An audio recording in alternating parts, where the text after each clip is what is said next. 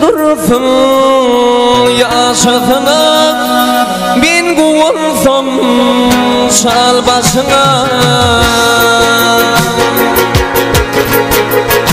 ey aydınlam ya diğer sana içim canım bağlasınlar mehribanım şalasınlar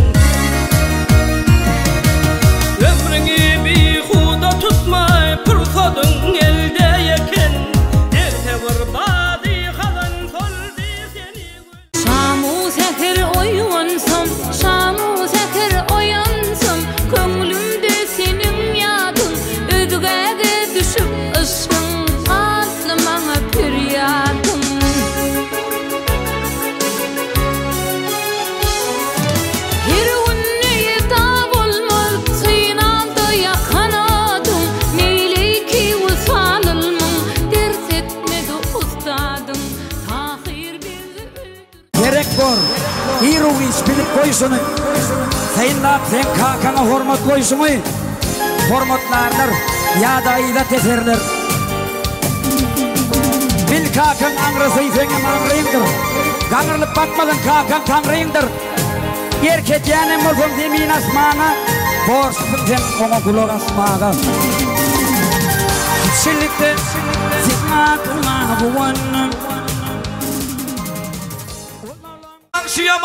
Yankşı yaman iş olan ey sen dost gençte belli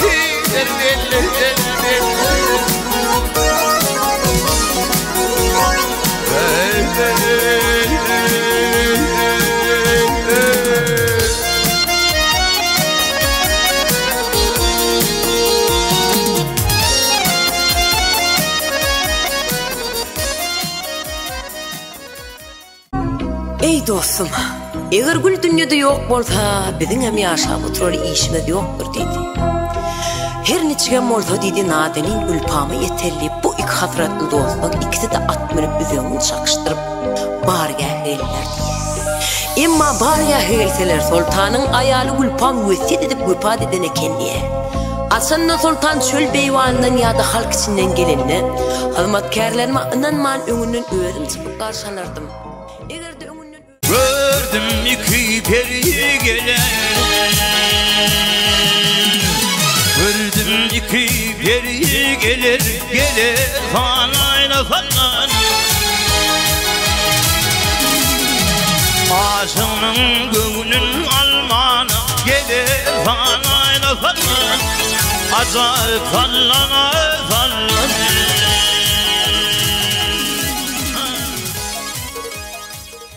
Çilikin fin adına kuğunun